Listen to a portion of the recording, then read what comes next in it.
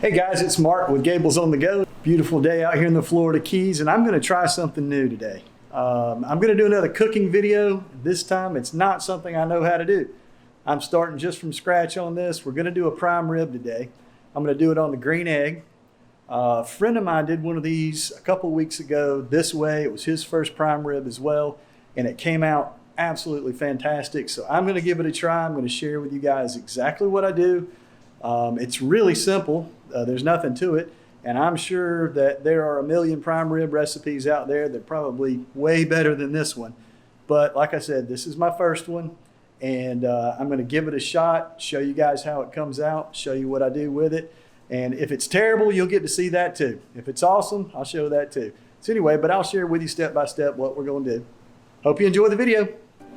Hey, I just had to share this with you guys real quick before we get started on the prime rib.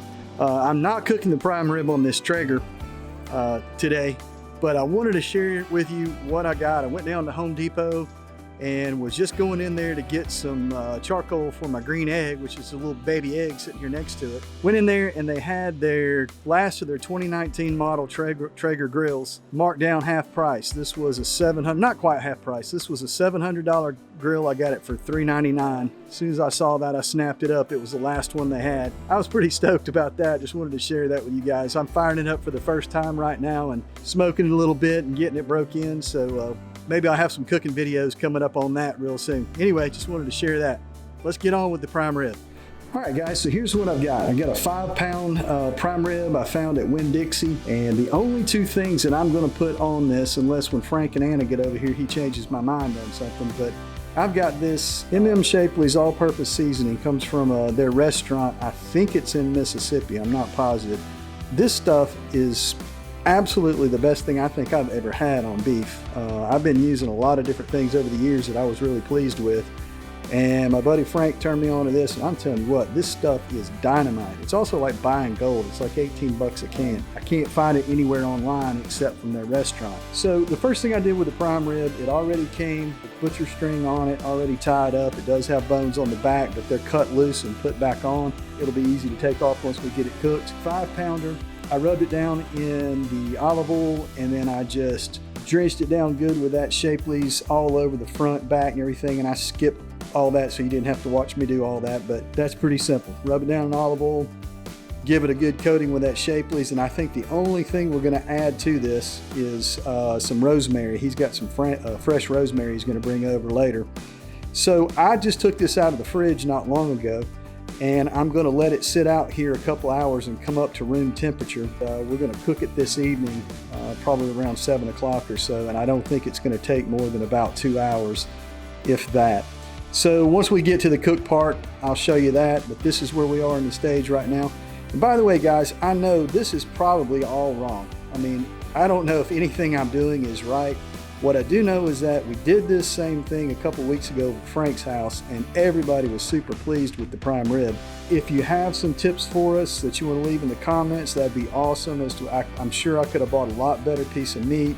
There's probably a lot of ways to do this. This is, I guess, for folks that have never tried a prime rib and you want to just try one, nice and simple and easy. This is what I came up with. So I'll show you the cook once we get started, and we'll go from there.